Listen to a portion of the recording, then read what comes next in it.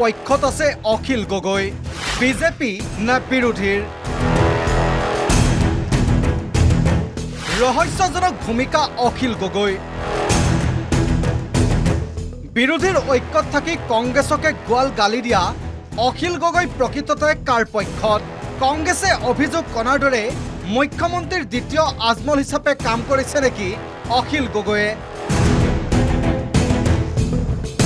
২৬ৰ বিধানসভা নিৰ্বাচনত দেৱব্ৰত শইকীয়াৰ বিৰুদ্ধে প্ৰাৰ্থী প্ৰক্ষেপ কৰিব ৰাইজৰ দলে দেৱব্ৰত শইকীয়াৰ বিৰুদ্ধে ক্ষোভ অখিল গগৈৰ পঞ্চায়ত নিৰ্বাচনত কংগ্ৰেছে বিশ্বাসঘাতকতা কৰাৰ অভিযোগ অখিলৰ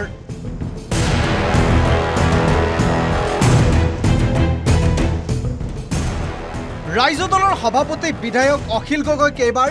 উভতি ধৰিছে বিৰোধী দলপতি দেৱব্ৰত শইকীয়াই তেখেতসকলে দলেতো বহুত জেগাতে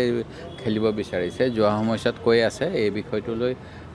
নিশ্চিতভাৱে ৰাজনৈতিক দলসমূহৰ ইচ্ছা থাকে মই অখিল গগৈৰ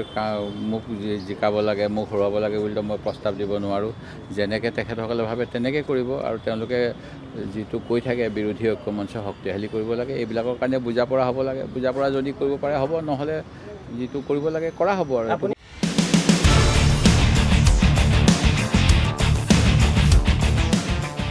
অখিল গগৈয়ে দেৱব্ৰত শইকীয়া আৰু গৌৰৱ গগৈ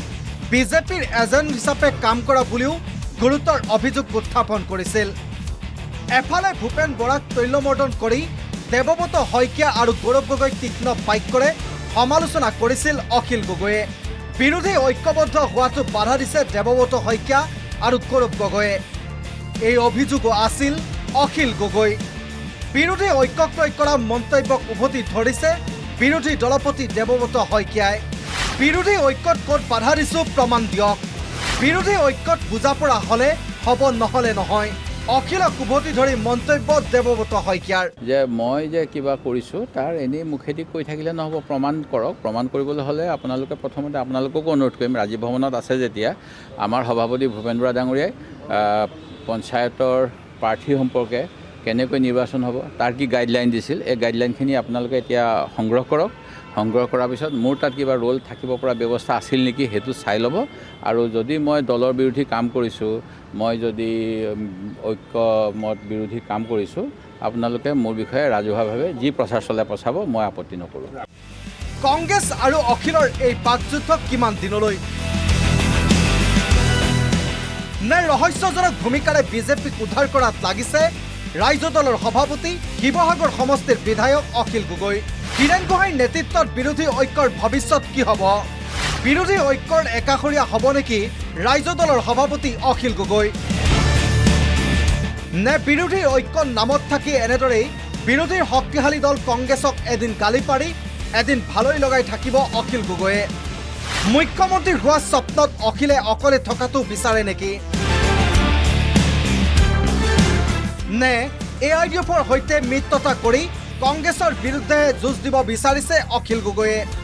কাৰণ অখিল নামিছে কংগ্ৰেছৰ সংখ্যালঘু বিধায়কৰ জনপ্ৰতিনিধি থকা অঞ্চলত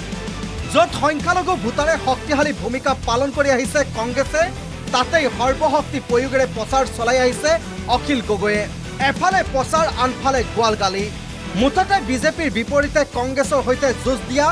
অখিল গগৈ ভৱিষ্যতে বিৰোধী ঐক্যত থাকিবনে নাই তাক লৈ এতিয়া ডাঙৰ প্ৰশ্ন news desk report the news plus